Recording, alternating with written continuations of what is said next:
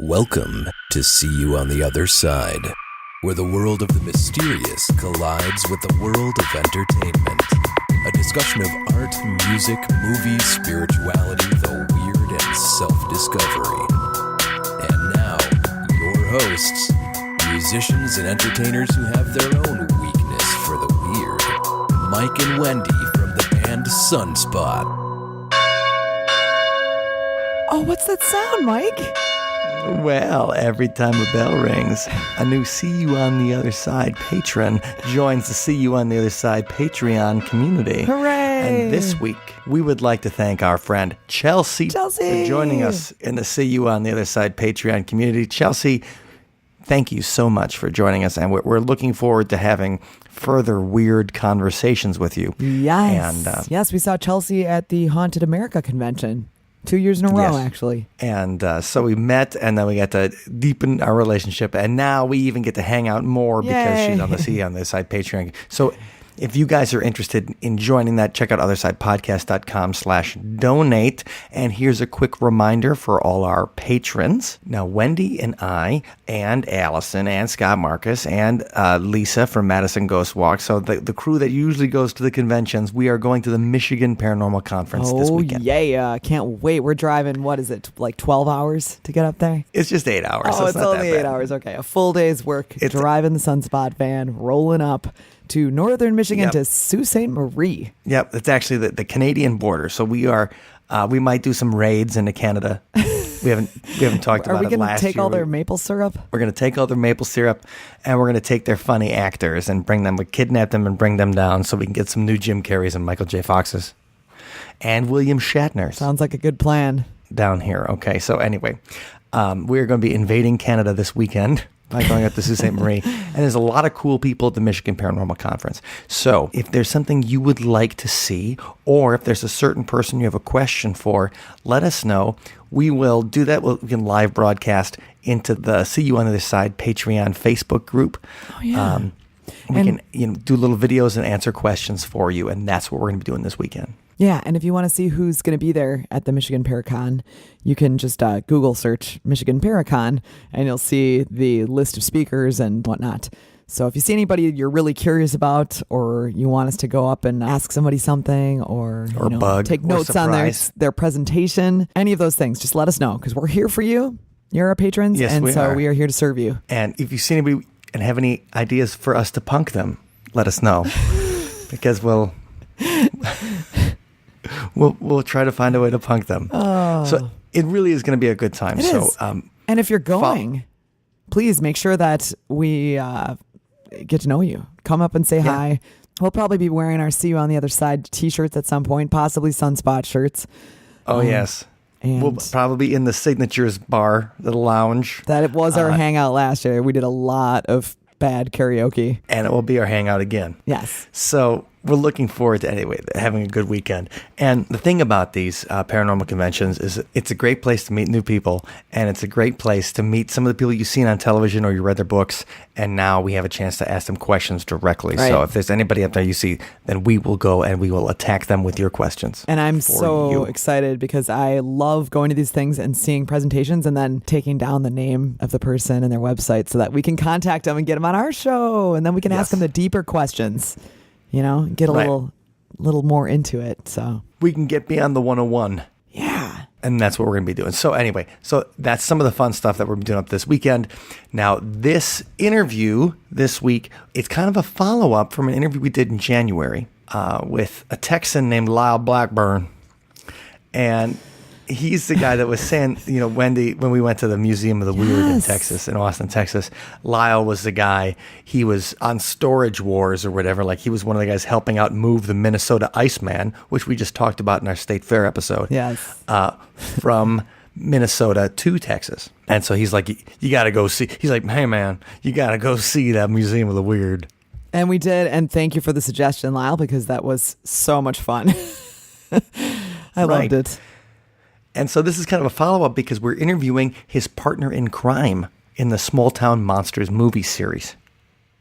And that is Seth Breedlove, who's the director. And so the thing is, now Seth has just finished a movie that's coming out in October about the Bray Road Beast.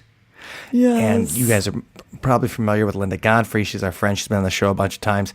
And I grew up about 20 miles from the Bray Road Beast. You did. And we also have a friend who thinks he saw the Bray Road Beast. Oh my God, we totally have a friend that thinks he saw the Yeah. Bray Road Beast. One of our recording engineers. Wait, go over this again. Tell me about it. Well, one of the times we were discussing cryptids as we do on Facebook somewhere, and he replied and he said, I think my wife and I saw the Bray Road Beast. And so, of course, I'm like, what, when? And, you know, he described the whole situation where they were driving and they were on one of those less trafficked roads. And they saw off in the distance, like what matches the description of the Bray Road Beast, a bipedal canine kind of standing off in the distance. And anyway, it was awesome because that's the only eyewitness other than, you know, what I've heard from Linda, of course, but that's Right. the only other eyewitness. And we know a lot of people in this area, so it's cool that two of them saw. Yeah, and the thing is, when we were kids, so Wendy and I would have been just, I don't know, starting high school, I think, when the Bray Road Beast was in the news. And they would talk about a werewolf in Elkhorn, Wisconsin on the Milwaukee News. Yes. And so if you were, and my parents watch the news every night. They still do, even though I find it tedious. And especially back then, it was even extra tedious. Oh, yeah. And it was, plus the Milwaukee news in the 1980s and early 1990s was like murder, murder, Yeah. murder, murder. I would always stay up for the weather forecast, and then I just, the rest of it, I kind of just tuned out. Right. But, and so I'd be like, this is pretty boring. Like, who wants to hear about local politics? But I definitely wanted to hear about werewolves.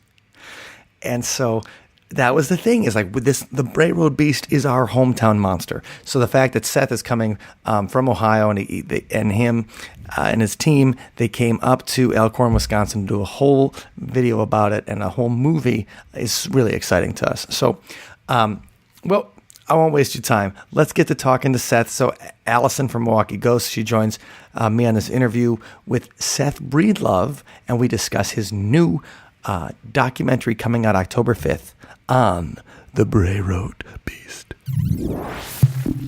Seth Breedlove is the creative powerhouse behind the Small Town Monsters film series. Available on Amazon Prime on DVD, Small Town Monsters is an independent film series exploring lost and bizarre history around the United States. Focusing on small town folklore, his team tells stories through words and experiences of those who were most affected by them, residents and witnesses. Seth joins us today to talk about his upcoming release about our hometown monster here in Wisconsin. It's the Bray Road Beast. Welcome to See You on the Other Side, Mr. Breedlove. Hey, thanks for having me. All right. Well, we just had Lyle Blackburn on it in January, and he was telling us about how much he loves the Small Town Monster series and working with you. He was saying about how excited he was to talk about the Beast of Bray Road.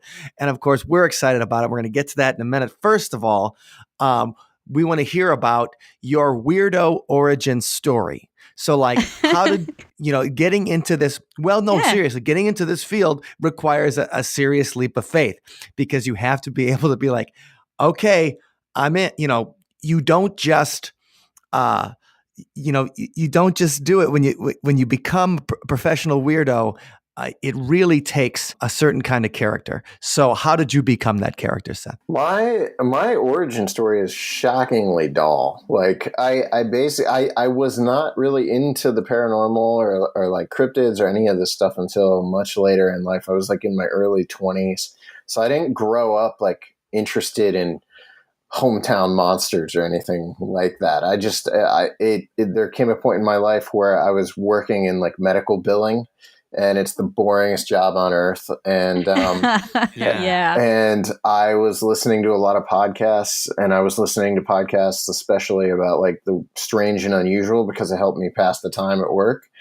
And it's like part of what kind of got me into this. I mean, like what really sort of baptized me into looking, into subjects like this for myself was there were a series of Bigfoot sightings outside of the small town where I had grown up.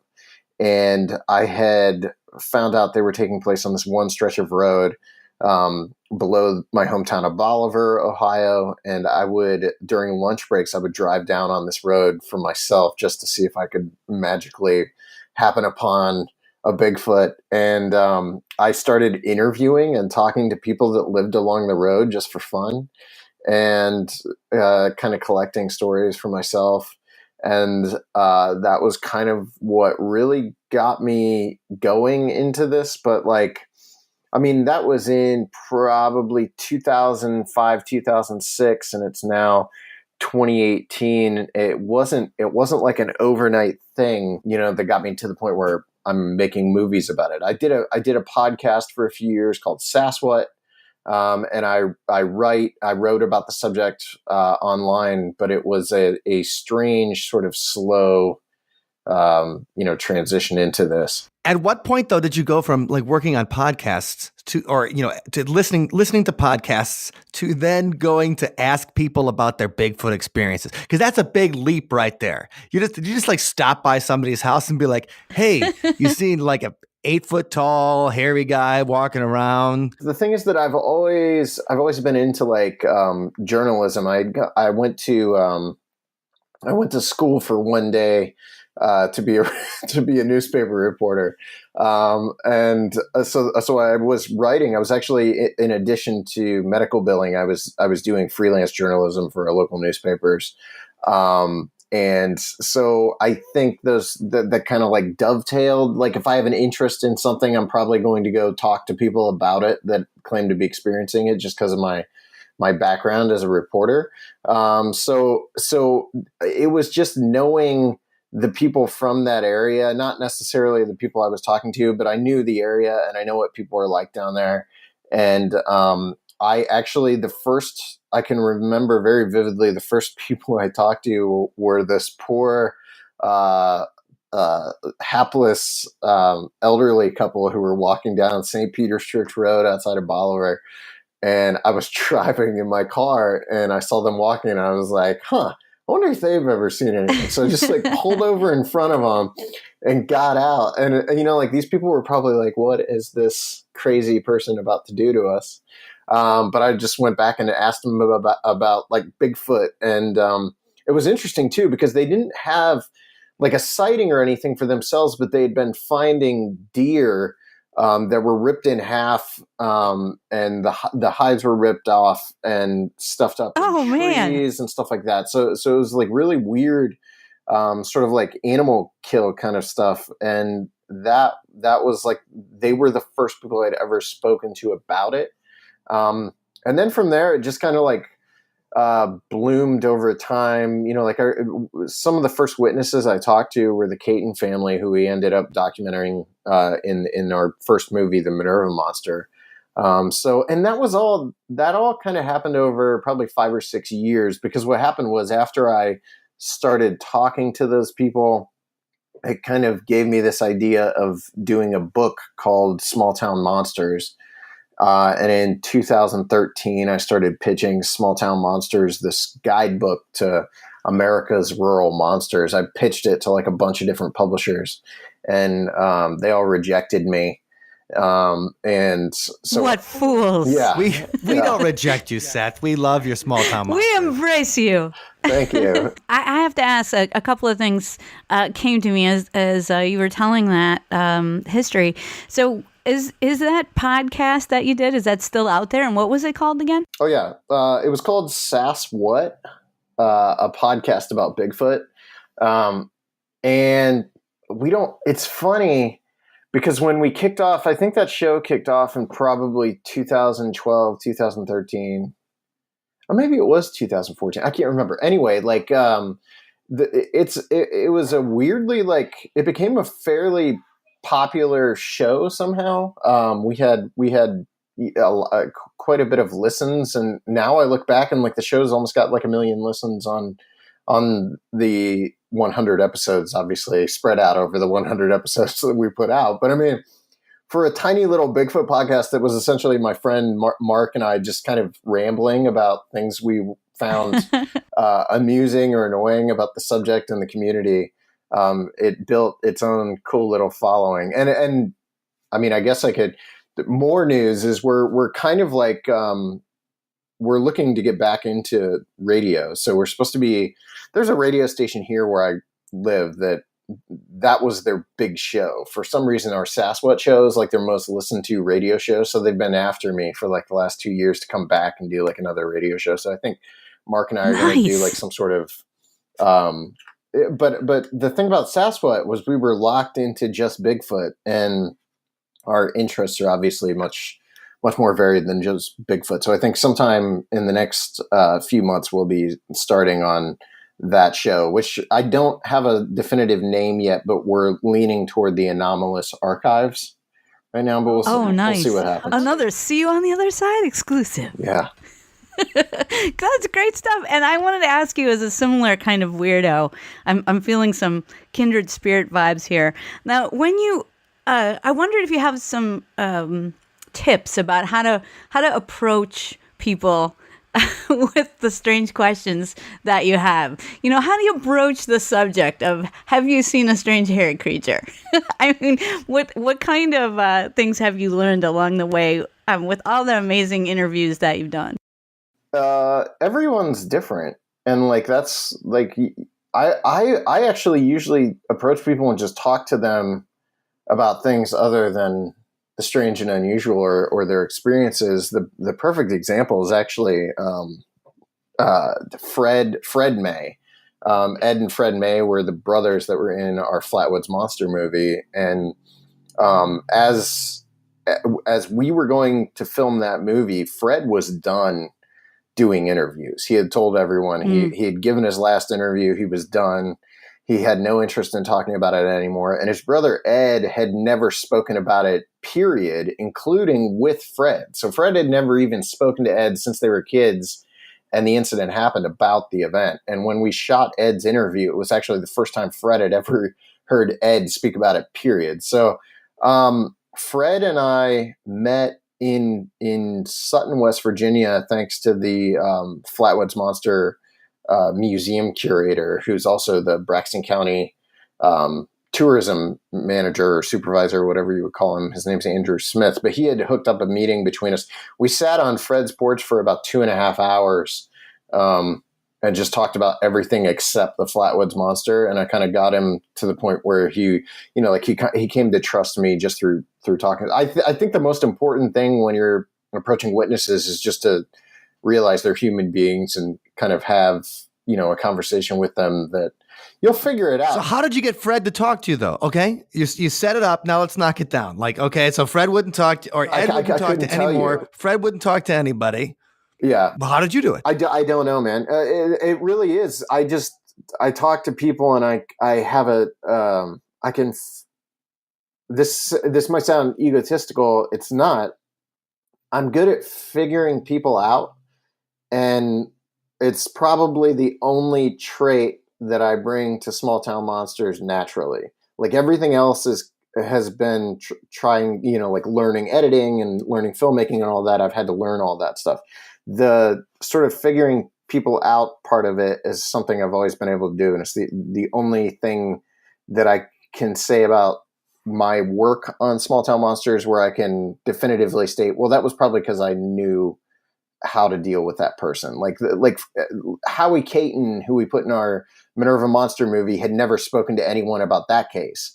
And I got him to talk on camera about it. So I don't know I don't know how to answer it. It's pretty much just talking to people, putting them at ease, making them understand we're not there to make a laughing stock of them. Right. You're taking it seriously, giving them a forum where they haven't had one before. Exactly. And you're also trying to, make sure we're not trying to get something from them, and we're not there necessarily to use them. We really want them to be able to have their own voice heard.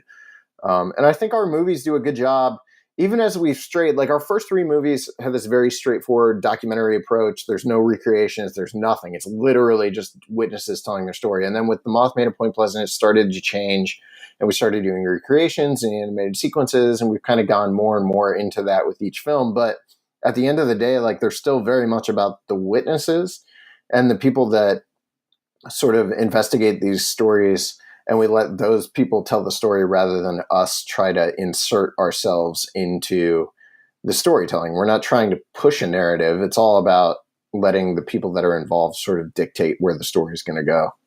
Have you ever cut off somebody because they're too crazy? No, I haven't. We've lucked out in terms of, that's a good question though, but Yeah, because you set everything up and you're like, oh my god, I don't even want to waste. Like digital is practically free, and I don't want to waste. I don't want to waste hard drive space on you.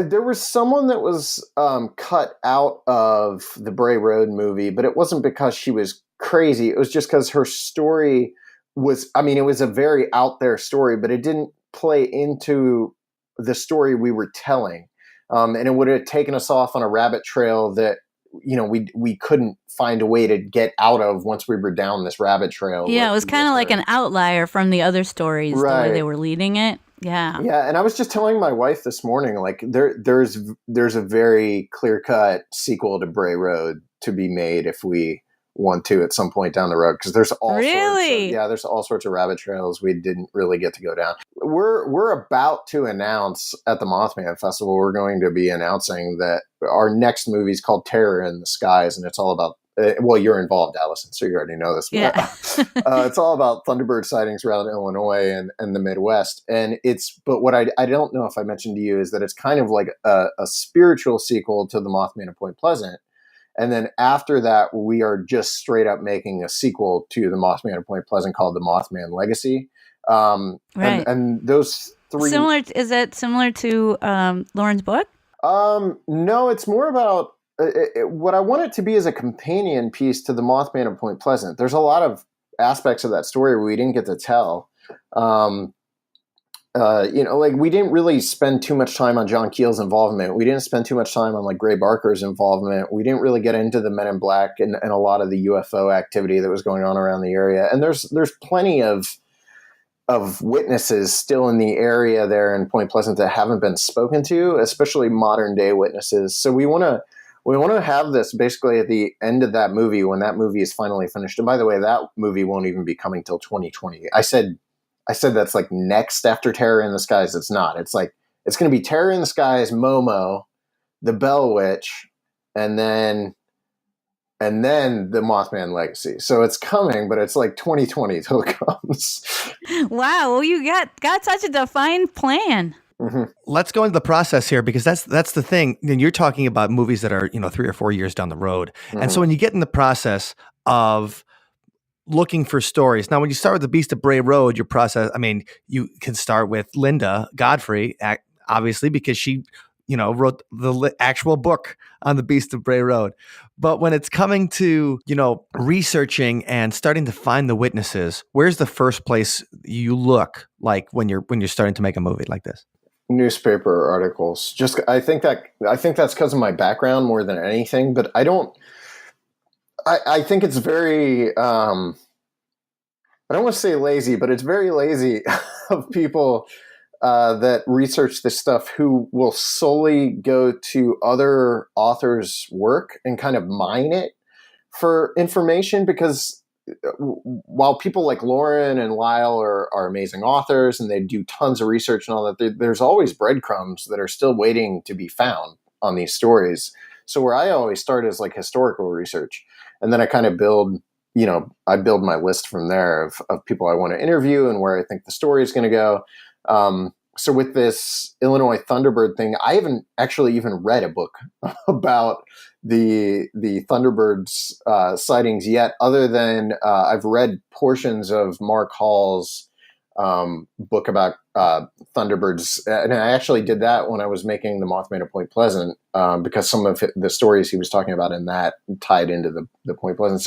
So I start with newspaper archives and actually make a list of names. Anytime a name pops up in those articles I make a list of names. And then I start doing my creepy detective background searches, trying to find these people, which is very difficult. Can you give us an example of a breadcrumb you found that led to something that you're like, holy crap, I never heard this before?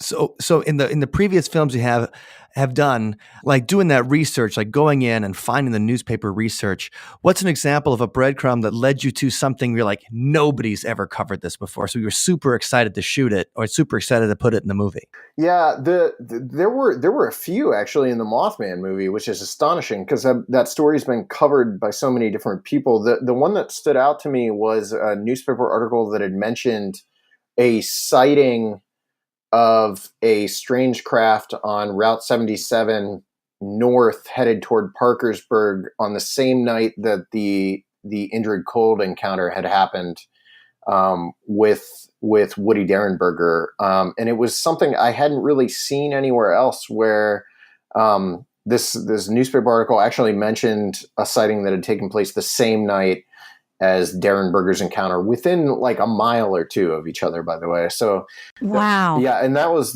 one that was really interesting. And it's really funny too, because I was so excited to have that in the movie, and it's mentioned, I mean, it's like a blink and you miss it kind of thing in the Mothman at Point Pleasant. It's mentioned through Lyle's narration. Real quick for the listeners, if you guys aren't familiar with Indrid Cold, he is the Grinning Man. We wrote a song about him for a conversation we had about the Mothman originally with Lauren.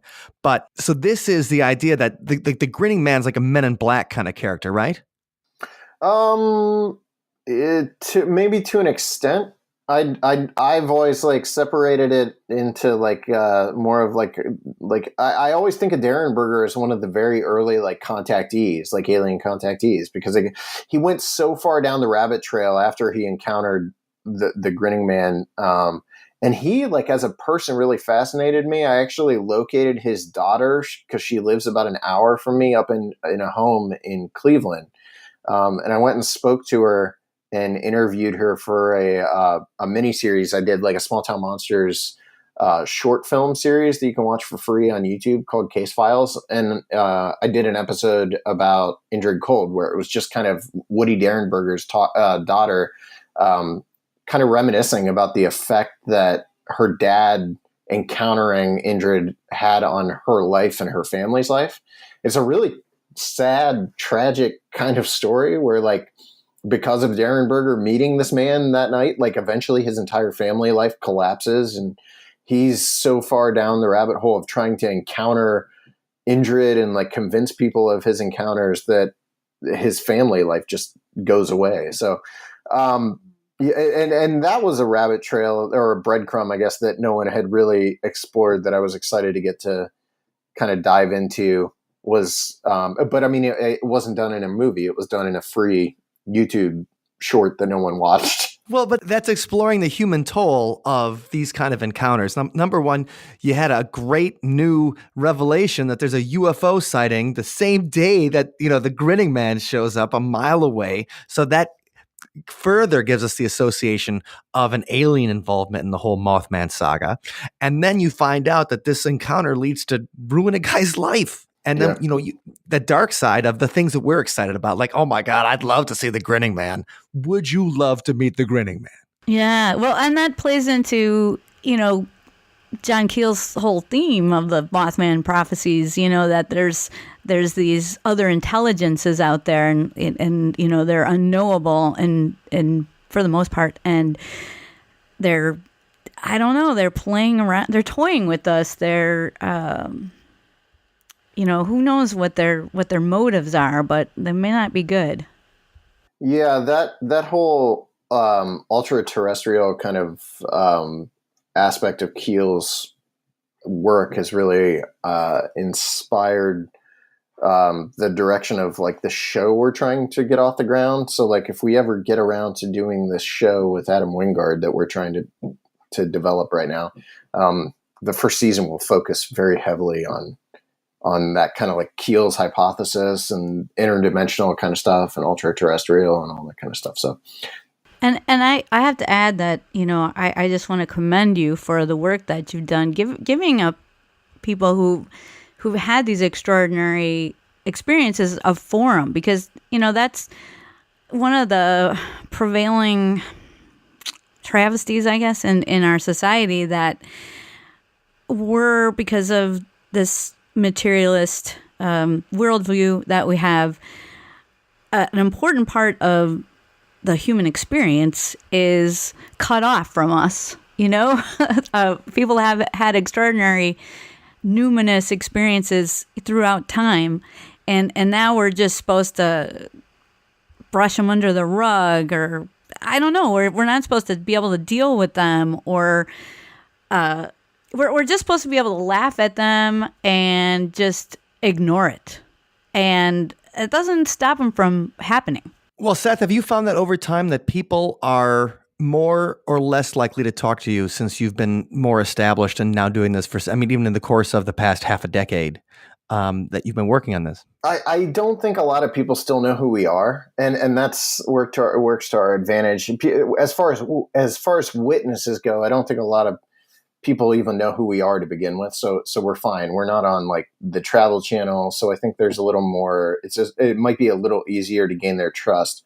As far as like investigators and things like that go, I think they're excited to work with us just because we're not trying to make investigators look like crazy people either. So I don't think it hasn't really changed. There's still a big aspect of this that is just convincing people that we're not there to make them a laughingstock. So yeah, it's pretty much stayed the same. The easiest part of it has been working with people like Lyle, on some of these projects, not Mothman and not, Bray, and probably not the Thunderbird movie, but he is working with us on the Momo project, and he's done a lot of that research himself. So like he brings that research to the project.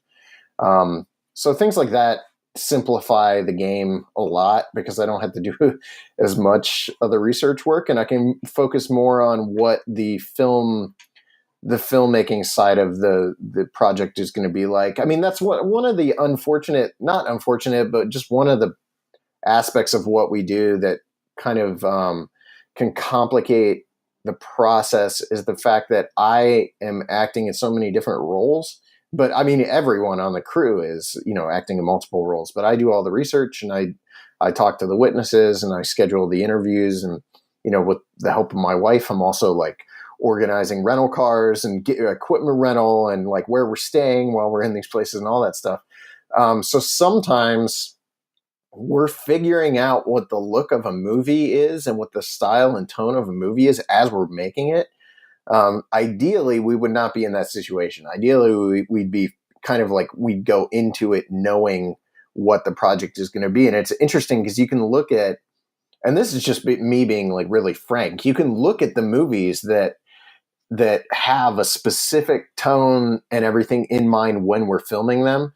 And if I tell you which ones they are, it becomes much more apparent because it's obvious that we knew going in exactly how stylistically we were going to shoot the movie and everything. So like Invasion on Chestnut Ridge, we had a very specific tone in mind when we shot that movie. And it shows in the way it's shot and the way the movie plays out and everything. But Flatwoods Monster was shot on a much briefer timetable, and we didn't have that kind of pre-planning going into it. So it's a little less of a stylistic, there's less stylism, I guess, in what's going on screen. And what would you say about the new Bray Road Beast movie? What were your impressions from that? You mean like filmmaking wise or like the case? Everything. Okay. Yeah, so like did you go into it with a certain stylistic approach, or did you feel it evolving through people's stories? We went in with this very specific, like, let's make a Hammer horror film out of like a modern day Cryptid, and then it morphed into something completely different. So, and you're still going to see the very like Hammer horror-esque aspects of the movie, especially the way it opens with the Book of the Beast, we created this book, and it's supposed to be very much like an old 1960s horror movie. The movie opens with like this creepy book opening, and then you go into the book.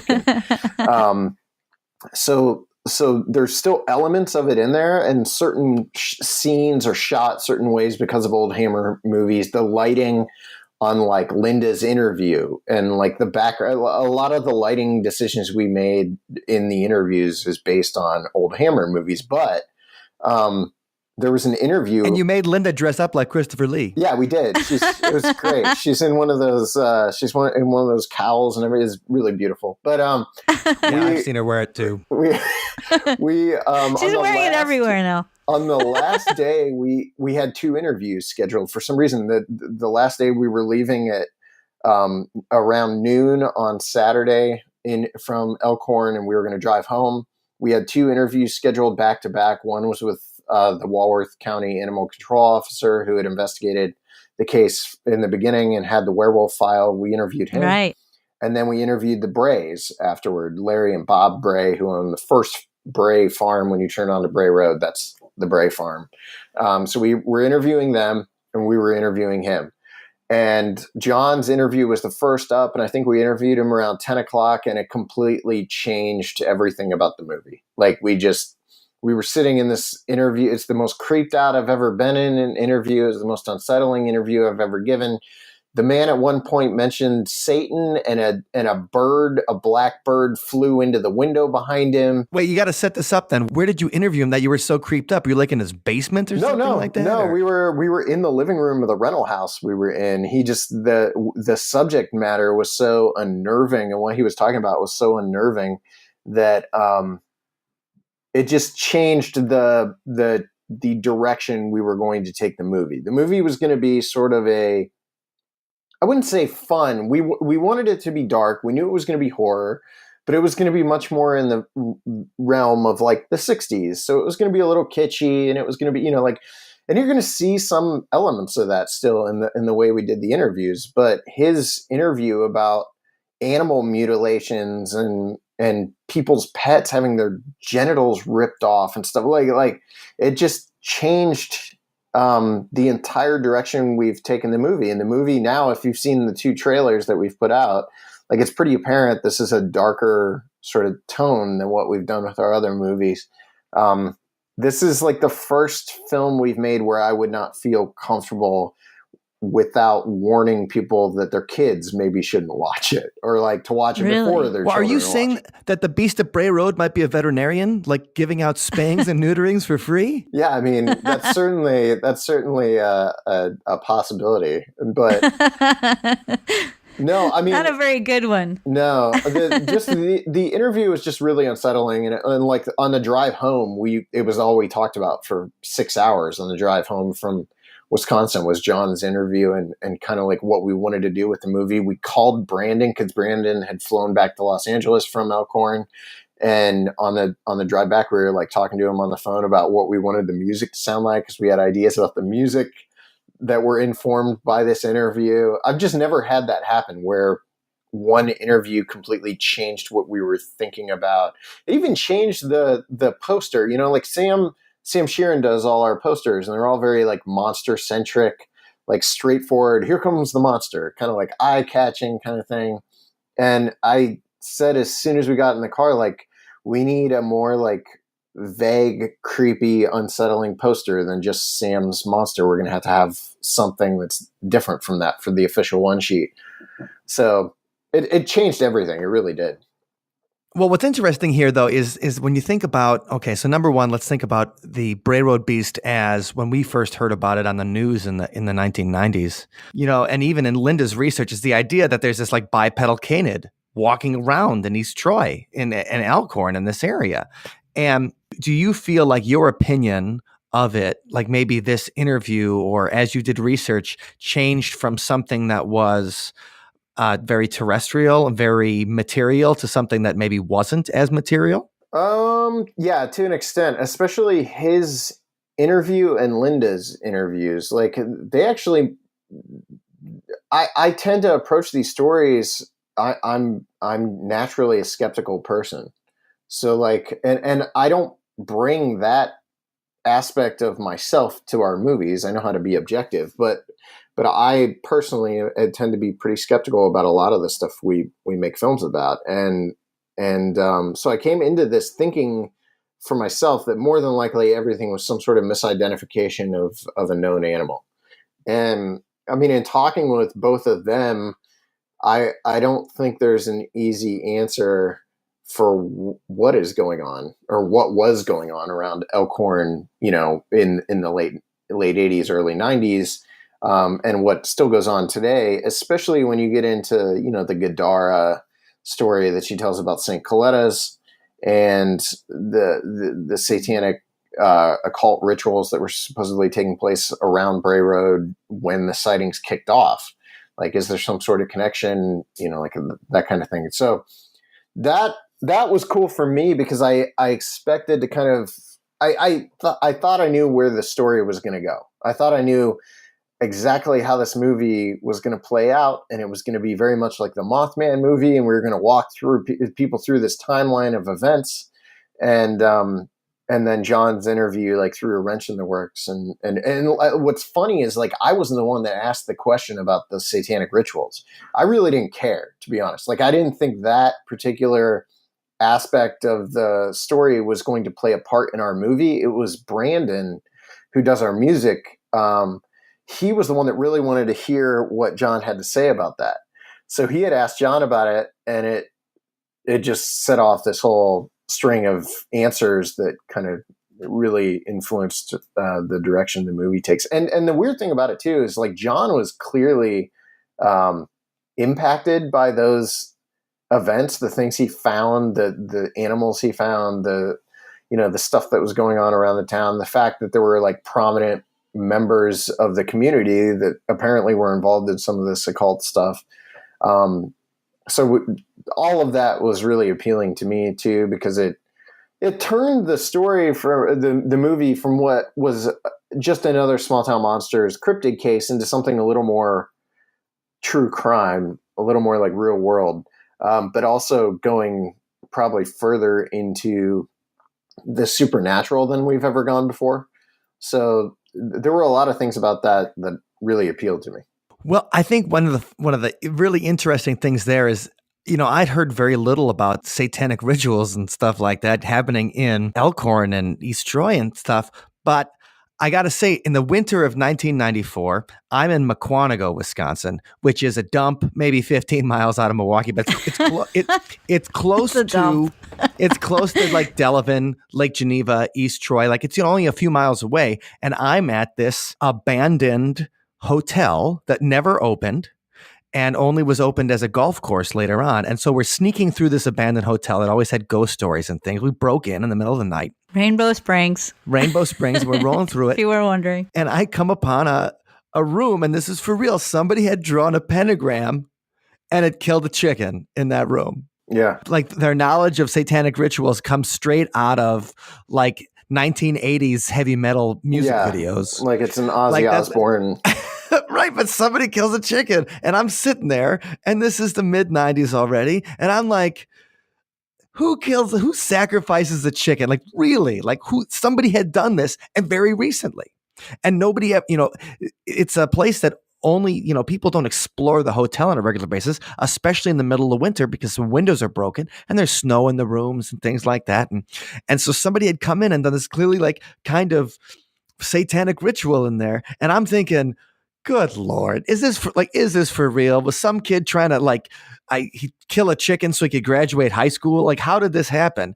And the idea that also there were satanic rituals happening just a couple years early, only a few miles away, kind of makes me think, all right, is there something more to this? Did I stumble in something a little crazier than I thought? Was there a reason for the satanic panic? It's actually it's cool you mentioned the satanic panic thing, because so we were very aware of like the satanic panic going on right around. It would have been right around the time that all the Bray Road stuff kicked off, because you're talking in 1989. It's like the height of all that, and there is a part of me that wonders if John didn't get wrapped up in that to an extent. I'm talking about John Frederickson, the Walworth County Animal Control Officer, because some of the things he said led me to believe he might have gone into some of this with a predetermined, there could be something satanic taking place. But there definitely were things going on around Elkhorn that I think merited investigation, and the local police don't seem like they wanted anything to do with it. And I find that very bizarre. And when he started talking about how there were local law enforcement officers that were supposedly involved, it made sense to me that they wouldn't necessarily want to investigate it if they were actively involved in it. I mean, there was a massive boneyard that was found, and Frederickson was the one that first went to the scene to investigate. And he talked about how you could clearly see that these animals had been mutilated in like a ritualistic fashion. He had taken training the year before or whatever to be able to identify things like that. And knew what he was looking at. And when he told the local police, they just kind of like laughed it off. They actually went out and bulldozed the site, the burial mound or whatever, the mound, the boneyard. which I find very bizarre. Like, why would they go out and bulldoze it? So they went out and covered it up, and they claimed it was just, a bunch of nonsense. And it got real passive aggressive too, by the way, between like John Frederickson, the Walworth County Animal Control Officer, and the local like Elkhorn police over what was actually taking place. It got real passive aggressive in the media. They're both giving quotes back and forth about, like John's like, I can't help if they don't know how to do their job. And like local police is like, this guy's obviously, doesn't know what he's talking about, and like things like this going back and forth in media. So I thought that was kind of amusing, actually. But there was definitely something going on. I mean, there were occult rituals taking place, whether or not it was anything serious or just some kids out messing around. I don't know. There was a house that I think that the house actually still sits there near Bray Road. It's not on Bray Road, but there's a house near Bray Road where John had found, like inside he'd found this altar and a pentagram, and, bones were on the ground. So there was stuff taking place on or around Bray Road that would have been considered sort of occult, related. So there's an entire chapter in the movie, in our movie called The Devil Comes to Elkhorn. And it's it dives into that kind of now, stuff. are you saying when you did the interview, a blackbird hit the window? Is that what you said? Yeah, it was super creepy. And we have That it on is so camera. tropey. Yeah. That's straight out of The Omen. Yeah, we have it on camera too. So it's funny. It's like we're interviewing him and he's talking about like those rituals, and this blackbird flies headfirst into the window and leaves like one lone black feather. And it's, for some reason, it's just on the window there. So, and it's funny because like he turned around and was like, like he's very Midwestern. He's very like Wisconsin, he's just very, he sounds like he's from the movie Fargo or something. Oh, and he turns around and he's like, was that a bird? We're just like, yeah, blackbird just flew into the window right as you were talking about the demonic sacrifices that were taking place. So it was cool. It's not in the movie, but I have it if we ever want to, put it out as a special feature or something. It like the goofy outtakes, like the ending of Jackie Chan movies. Yeah. Things like, yeah, during the credits, we'll run that. Yeah. Oh, man. A lot of people have questions for you. And so I wanted to share just a few of those. Our friend Corey, he's a paranormal shutterbug from phantasmagoriaphoto.com. And he asked, what is the most compelling evidence in your mind of any of these stories that you've covered, that you've run across? Well, like when it comes to Bray Road, the most interesting thing I was able to look at for myself was there's a ranch or a farm that sits off of Bowers Road, which runs kind of perpendicular to Bray Road. And there's a guy that owns a farm over there named Lee. And Lee's got this farm that's kind of like Skinwalker Ranch-esque. And he's got a lot of photos, like thousands of photos. And a lot of it, to me, I don't see anything other than like typical lens flares and things like that. So a lot of what I was seeing there, I wasn't super interested in. And then he proceeded to like show me this photo of what has to be the most believable UFO photo I've ever seen. Like taken with one of his trail cams, I think too. There was just like this photo of this object in the field sitting maybe like 10, 15 feet off the ground. And there's what looks like a hole, like a window. And in the window, you can almost see a figure. I mean, it's like the creepiest UFO photo I've ever seen. So that was really interesting, and the fact that it's taking place so close to Bray Road. He also has photos that are in our movie of this mist coming in and sort of like so Lee's thing was he had a sighting for himself. He saw these red eyes in his field one night, and it kind of like set him off on trying to capture some sort of verification of the Beast of Bray Road. So he started putting dead animals out in his field for years, like constantly. He had dead animals out in the back of his field, which is kind of weird. But anyway, he had a dead deer out one night. Yeah, you got to bait them. Yeah, he has a dead. What else are you gonna do? He leaves this dead deer out, and on his trail cameras, something sets off the trail cameras, and they go off for something like, the trail camera went off for something like 2,000 photos. It's some obscene amount of photos that were going off. So clearly something was moving in front of this trail camera for 6 hours. And this mist comes in over the course of the 6 hours, and it settles over the deer. And when it goes away, the deer's gone. You see the first photo. In the first photo, you can see the deer. In the last photo, you can't see the deer. It's gone. And that's in our movie. So that was really cool too. As far as like any of our other movies, I haven't encountered anything evidence wise while we were making a movie that made me immediately go, okay, that has to be something. There's been some strange sounds we've captured while making these movies. When we were I was filming on the trail of Bigfoot in southern, it wouldn't be southern, in Oklahoma. I was in the Ouachita Mountains in Oklahoma, and something was throwing rocks and whooping at my tent in a place where there's no people. So that was kind of interesting. Well, those Oklahomans know how to party.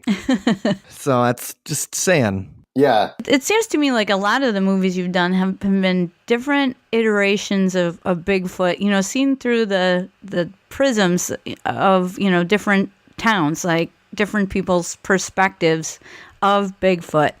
So what are your feelings about Tobias Whalen from Singular Fortean asks what your opinion on Bigfoot? Yeah, that guy. He wants to know what your opinion of Bigfoot is, and if you think there might be something to it. So Tobias came to Bray Road while we were filming, and he happened to catch me on the day I had to have been the absolute grumpiest, most stressed out, tired, cold, miserable of the entire shoot. Oh no, he didn't say that at all. He didn't. He called you a dick. Yeah, I don't blame him. Like, he showed up. We were trying to. We wanted to have like our fog machine going and all this stuff, and like we didn't have gas for the fog machine, so we couldn't get it running. We had all this stuff. It started pouring rain when he showed up, and like, so he got there just in time for like the worst day of the shoot to be happening. But anyway, so yeah, we've made 4 movies of the 7 that involve Bigfoot in some way. I don't think of Invasion on Chestnut Ridge as being a Bigfoot movie. I think it's much more about UFOs and high strangeness than necessarily Bigfoot. But as for my own beliefs about it, I hate that word when it comes to this stuff. My own opinion is that if they exist, it's some sort of undiscovered ape. So you're more with the biological hypothesis than the supernatural? Yeah, much more when it comes to Bigfoot. And I've written. I wrote an essay not that long ago called "Why Ape" that kind of goes into my opinions on why. But basically, I just think that the predominant number of eyewitness reports seem to point to some sort of undiscovered ape rather than like an alien or an interdimensional traveler. I think the actual number of high strangeness Bigfoot reports is much lower than you might think. Like I think it's like 1 in 20, 1 in 25 that have some sort of high strangeness aspect. And it totally makes sense though, because like you're talking about whooping and throwing rocks and stuff like that, and this creature could travel between dimensions. Mm-hmm. Is it woo, woo, woo, tossing rocks around and stuff? And like, that's one of my biggest. I had this discussion with someone that was in one of our very early movies, our second movie, The Beast of Whitehall. I interviewed this. I don't want to. He's very reticent to say this on camera or anything, so I don't want to say who it is. But he's a very rational, sane, great guy. He's got a law enforcement background, really intelligent. And he's been tracking Bigfoot reports around New York State for decades, and he's got maps of sighting reports. And it's really interesting because you can kind of track this almost like a migratory pattern around. It's not, I wouldn't refer to it necessarily as migration because it seems like they're staying in the area because there's frequent reports of the same creatures. but they're moving about. So they might be in this one spot, and there's a bunch of sightings of that creature at this time of year, and then this.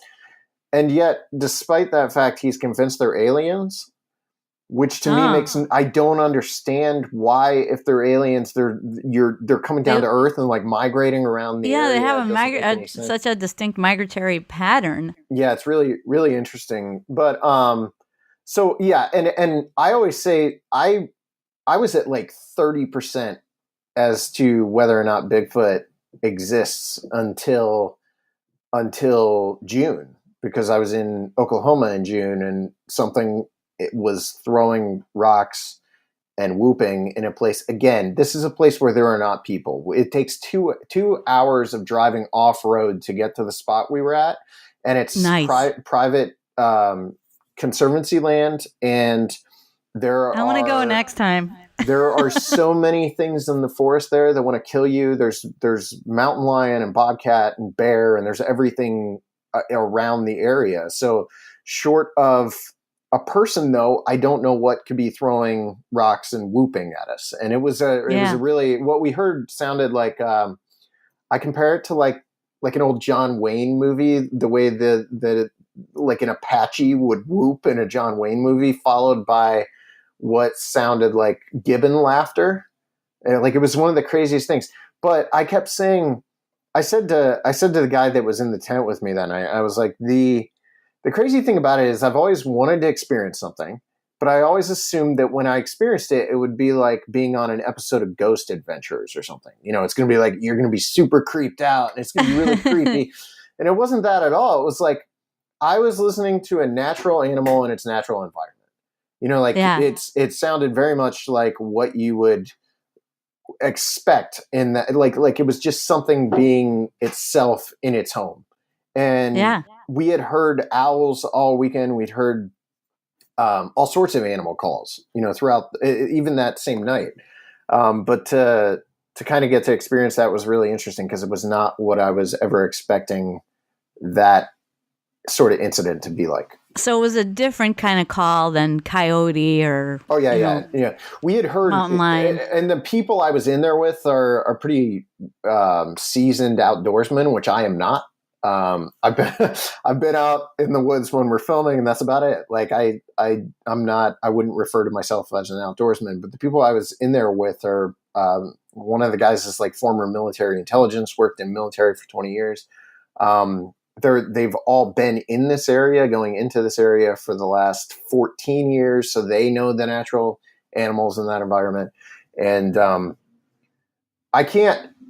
it's weird. I think about it all the time. Like, cause I've always wanted something like that to happen, but to have it actually happen and kind of like, I wouldn't say it made me a quote unquote believer, but it moved me from like 30% to 80%. Wow. So quite a dramatic change. Yeah. Have people ever tried to prank you? You know, because the thing is, you're coming to a lot of these small towns. So the word gets around that you know, like in Elkhorn, the word gets around fast. Oh, so it's just yelled on the street, and everybody knows that somebody's talking about the Beast of Bray Road. Yeah. In these towns, has anybody ever tried to like, okay, let's set them up, or let's prank? That's my biggest concern with the audio we have. We recorded audio that's in Boggy Creek Monster. We put it in the movie. And that's my biggest concern with that piece of audio, is that it wasn't just someone nearby screaming. I don't know what we recorded, but as far as I know, definitively it's never happened. It definitely didn't happen in Oklahoma because no one knew I was going. That was like, and that wasn't for one of our movies. That was for the On the Trail of Bigfoot miniseries I'm doing. And that is kind of like my side project that I do whenever I get the time. I'm filming that. So no one even knew I was going to be there. So in that case, it definitely wasn't that I know of. I cannot think of anyone doing anything like that to us yet. I'm 100% sure it's going to happen.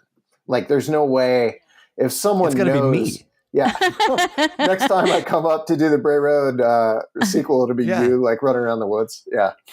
I'm waiting for it to happen though. It's going to happen. Yeah. So Jack Blue, a fellow Mothman, Chicago Mothman researcher, asked about the Beast of Bray Road and the werewolf-like beings being observed at the Skinwalker Ranch in Utah. I don't know if you have any opinions on any similarities or differences there, but I thought I'd ask. The situation going on at Lee's Ranch is really similar to that. I say Lee's Ranch. I think we do that because it's not really a ranch. He's got a hayfield, but it's a really big hayfield, and he's got a lot of like weird activity that's happened there. A lot of like orbs and Bray Road Beast sightings and UFO sightings and all kinds of stuff. So there seem to be similarities between the two. I don't really have an opinion on Skinwalker. I wanted to do a Skinwalker Ranch movie, actually. It was supposed to be our final movie in the High Strangeness trilogy, which became the Appalachian Monsters trilogy. Appalachian. I'm sorry, people from that area will murder me if I say that. But so I really wanted to do some sort of movie about the Skinwalker situation, but there's a new movie coming out from Jeremy Corbell. I haven't seen any of his movies yet. There's another Skinwalker. I don't have an opinion is the short answer because I don't know enough. Well, that's just fine. And just a couple more questions here from our listeners. So a couple of people asked questions about physical characteristics of dogmen or Bray Road Beast type creatures. Blake Smith from Monster Talk, he wanted to know if anyone has described tails. And Jill, I can't tell when Blake asks a question. I can't tell if he's setting me up for some sort of like skeptical. He's gonna nail me with this if I answer wrong. Oh, I don't know. I mean, he's. I've been on his show, and he seems pretty open-minded. I know what you're saying. I mean, he's a super cool guy. I met him. I met him in Kentucky last year at CryptidCon. Yeah. So, I haven't known him to ambush anybody, but yeah, he was just wondering about tails. And Jill, our friend from Oahu, was asking about human-like fingers because she's read some werewolf tales of a beast having human-like fingers. So I just wanted to open it up in general to physical characteristics that you may have noticed in any of the creatures, that maybe seem to be data points. So, with the Beast of Bray Road and Dogman sightings, everyone we talked to that saw it from multiple angles mentioned some sort of tail. And in fact, I was trying to see if I had it sitting here somewhere, but I don't see it. The statue that Gene St. Jean did for the Bray Road Beast movie, which our Kickstarter backers get this like amazing Beast of Bray Road statue. It's got a really adorable little tail on it. And I think so. I think that's based like a cottontail. Yeah, not quite that little, but like a little. Well, it's fierce. It's a fearsome tail. Fearsome, not adorable. Yeah, it's a monster. It's a really monstrous tail. But I think a lot of the reports of the Beast of Bray Road tend to have like some sort of tail involved, which makes sense if it's if it's an upright walking dog. Linda is the person to ask about that, like the data point regarding tails. Yeah, absolutely. Like the interesting thing I found about the Beast of Bray Road was that a lot of the sightings mentioned yellow eye shine. In our movie, we went with red, mostly because I thought it suited better sort of what we were doing, which was visually, I thought it was a more interesting visual to go with the red sort of eye shine. And our eye shine in the movie is one of the things I'm most proud of, by the way, because it's a practical effect, and we didn't use CG for it, and I think it worked so freaking well. And I'm really excited for people to see the movie because we didn't have obviously we never have like a very big budget, but I think we managed to create a Beast of Bray Road practically that is actually pretty unnerving looking on camera. It's not in the trailer much. You might catch like quick glimpses of it, but in the movie, I think it works really well. So the eye shine I thought was really interesting. What was the other part of this? Oh, like the human-like fingers. Okay, I was just asking about, physical characteristics. And then I just have one more question, Mike, and I'll let you finish up. The human-like fingers thing is interesting because everyone we talked to, it was weird. I caught this when I was watching back through all the interviews. People would witnesses would kind of stumble over how to identify the hands, which I thought, or paws or whatever you want to say. It was odd. Tom Brichta, said it was very. He said it the way he said it cracks me up actually, because he was like, the hands had quite the nails on them. Wow. So I thought that was interesting. And then Ricky Sanchez, who we interviewed later in the film, also kind of said the same sort of thing, where it was like claw-like hands rather than, they don't refer to, no one said they saw like paws. It's always like a hand with really long claws. And that's kind of why I think my wife did the poster the way she did with the hand. It looks more like a creepy hand with nails instead of, like real long nails, instead of a paw with really long claws or something like that, because it seems like most of the people are identifying a human-like hand with claws. Oh, that's great. Jill, who I met at Hawaii Paracon earlier this year, will really love that answer. Thank you. And my last question is about any historical precedents of these beasts from native cultures. I know, you've done a couple of things in New York State, where the Haudenosaunee, what people will know as the Iroquois Confederacy, is located. And I just wondered about maybe Haudenosaunee stories or other native groups and their stories relating to any of the films that you've made.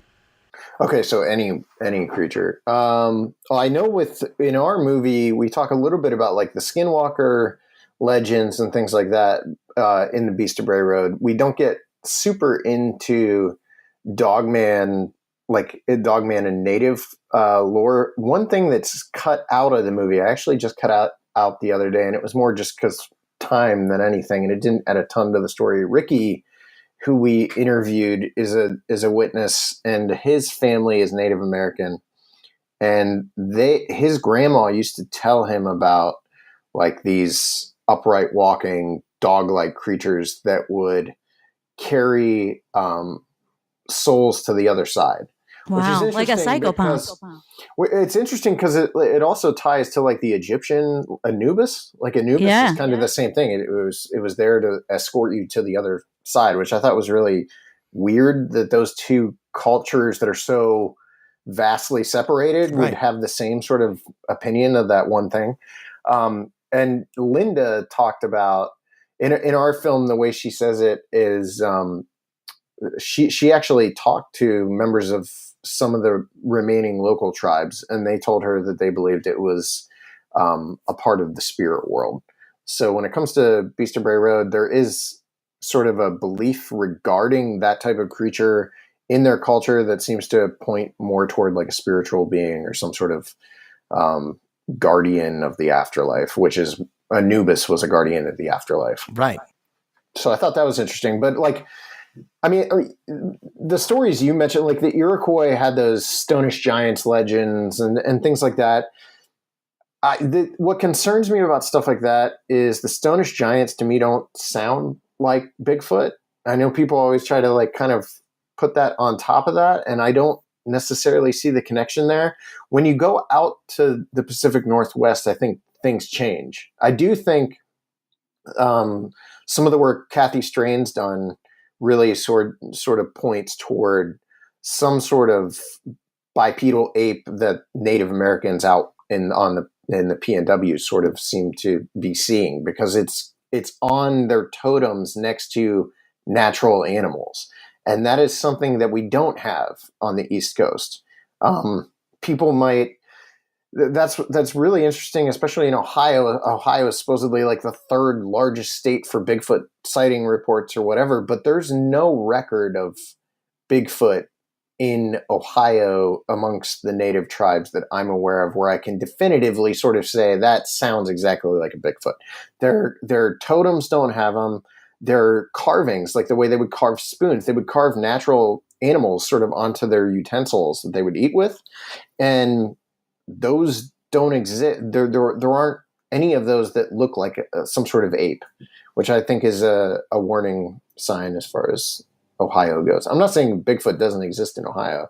I'm not saying Bigfoot exists, period, because I don't know. But like, I do think that's a kind of a red flag. All right. Now, Seth, when is The Beast of Bray Road coming out? When can people pick it up? The movie comes out on October 5th. the first screening is next weekend in Indianapolis at Horror Hound. And then it screens again at the International Bigfoot Conference out in Washington the following weekend, which I'll be at. And then it will play again at Cryptid Con the first weekend in September. Well, I guess it's the second weekend in September, technically. And Linda will be there for that, too. So Linda and I will get to watch the movie together, and hopefully she doesn't turn around and backhand me when it ends. And then after that, it plays again in Milwaukee at the Milwaukee Paracon. That'll be kind of the Wisconsin premiere of the movie. We'll be at the Milwaukee Paracon as well, October 20th. So we're excited to see it. And now one last question. How much influence did you take from the 2006 blockbuster, The Beast of Bray Road? I tried watching it. I tried watching it recently and couldn't even make it like 15 minutes in. So not much. No, I've seen it, and it is cinematic dreck, I think would be a polite way to put it. It's a really nice way. That's nice of you to say it that way. And that film has never even seen the inside of a cinema, so let's not even think about it. Anyways, I just wanted to make sure that your movie was going to be nothing like that one. No, considerably better, I would hope. All right, so everybody, make sure you check out the show notes because you're going to get to see links to all of Seth's work and the Small Town Monsters and series and things like that. We're going to have that in the show notes, so check there. Thank you very much for joining us today, Seth. We had a great time talking to you. Yeah, thanks for having me on. Wendy, I still can't believe that we have a Beast of Bray Road sighting like in our personal circle. I know, it's so cool. It's really awesome, and a trustworthy source as well. Yeah, this not isn't the a guy kind that's of like person a whack job. Yeah, he's not going to make something up just for entertainment purposes or anything like that. He's a real guy, and it's a cool story. So now we've got that in our circle, so that's kind of fun. So I wish we'd have thought about this and we could have had Seth interview him. That would have been so cool, yeah. Right, and we hope like maybe they think it's a Sunspot producer or something like underneath. Oh, yeah. And that's how we do it. Anyway, so that was a lot of fun. Make sure you check out the Bray Road Beast movie when it comes out on October 5th. And we're going to try to make one of the screenings. I think one of the screenings is going to be in Milwaukee at the Milwaukee Paracon. So. Oh, awesome. Yes, I totally want to see that. Can't wait. We'll be there causing trouble. I'll be the guy throwing vegetables at the screen. Anyway, so make sure you check that out. Anyway, so cheese. You have to throw cheese at the screen, Mike. I guess since we're here, I guess we do. But the problem is trying to find spoiled cheese in Wisconsin is hard. Yeah, it gets eaten before it goes bad. It totally gets eaten. Or made into cheese heads. Well, think about, so Wendy and I are playing a show yesterday, and we're playing in Paoli, Wisconsin, and we have a fun show. And in the end, we get paid the usual, like they give us our money, and then we sold some CDs, and we're having a nice time. And then we also got paid in cheese. Yeah, they came up to us and they're like, "Did you get your cheese yet?" And what? And it was like impressively aged, like 15-year aged cheddar. That is good stuff. Like in the cheddar, in the cheese, cheddar could get its temps. In the cheese currency, that is valuable stuff. Yeah, it was such a ridiculous thing. So what a compliment. So we even get paid in cheese in Wisconsin. Like literally we get paid in cheese in Wisconsin. Like 5 blocks of 15-year aged cheddar. That's like 75 years. 75 investment. years of cheese. Yes. That is the value of our music. Speaking of our music, the song this week is a fun one. It's a bluesy number. It's the kind of number you might hear if you go see an acoustic duo somewhere in Elkhorn, Wisconsin. Or Paoli. And we've played nearby to the Beast of... Actually, I might put that video, because remember we went to Bray Road. Yeah. Yes. It was scary. And I'll put a link to that in the show notes, because Wendy and I went to Bray Road and we went looking for the Beast ourselves. But so this is the kind of song... Because the thing is, we all go out investigating, like Wendy and I going out to Bray Road and seeing what we can find, or how many times you go on a cemetery or a ghost tour, or... just to check out and maybe have a haunted experience, or maybe see maybe Bigfoot will show up this time. Well, most of the time that doesn't happen. And so you wind up empty-handed. And so the song this week, it's about a lady who doesn't always believe that her man's out there going hunting cryptids. And, right. it's like, because when you're fishing, you come back with a fish. You'll hear the song and you kind of get to it. But that's the idea behind this week's Sunspot track, Hunting Monsters.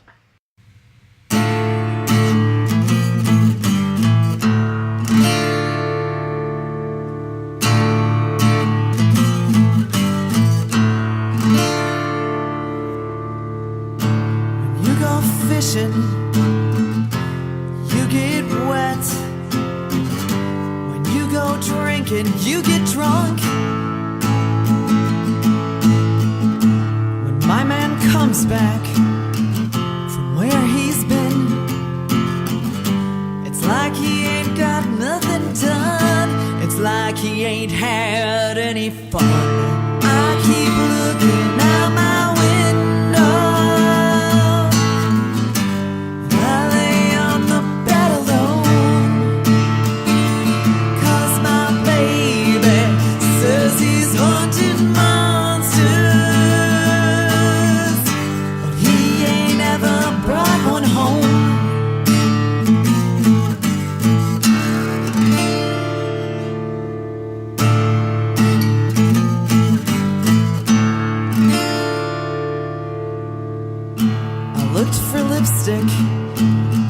On his lapel, I sniffed for perfume on his shirt, but he ain't been to the gin mill, and I know he ain't out chasing skirts. He looks at footprints in the dirt. I keep looking out my window.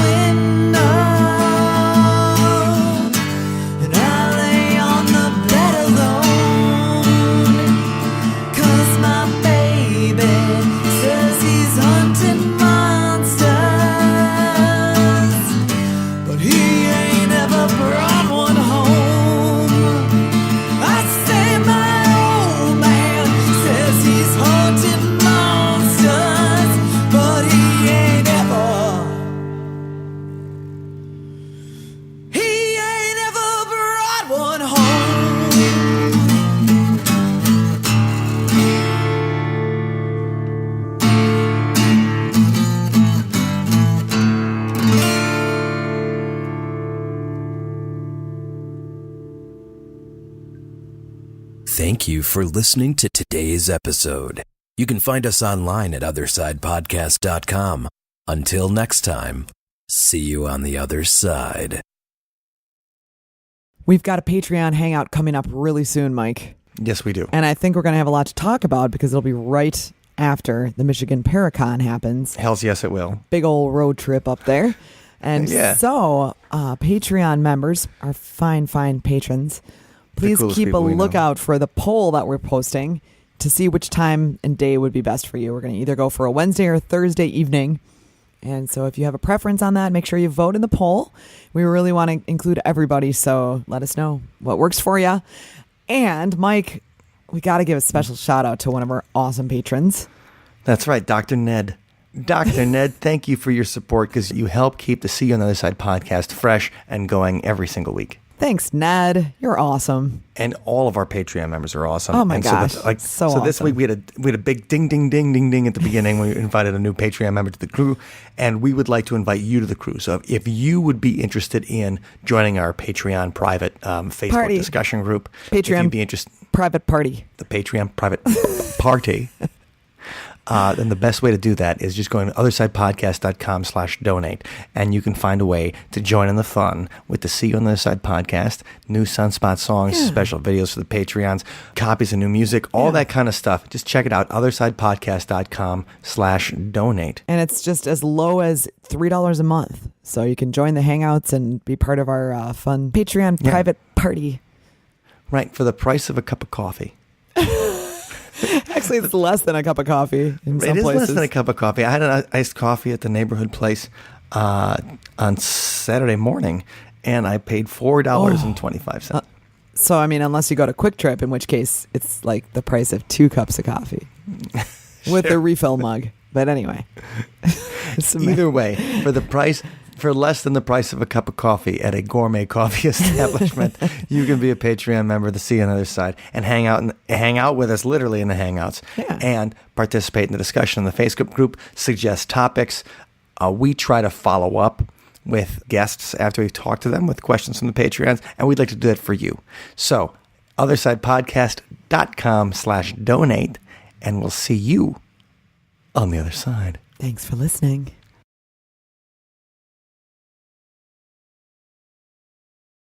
I'll be the guy throwing vegetables at the screen.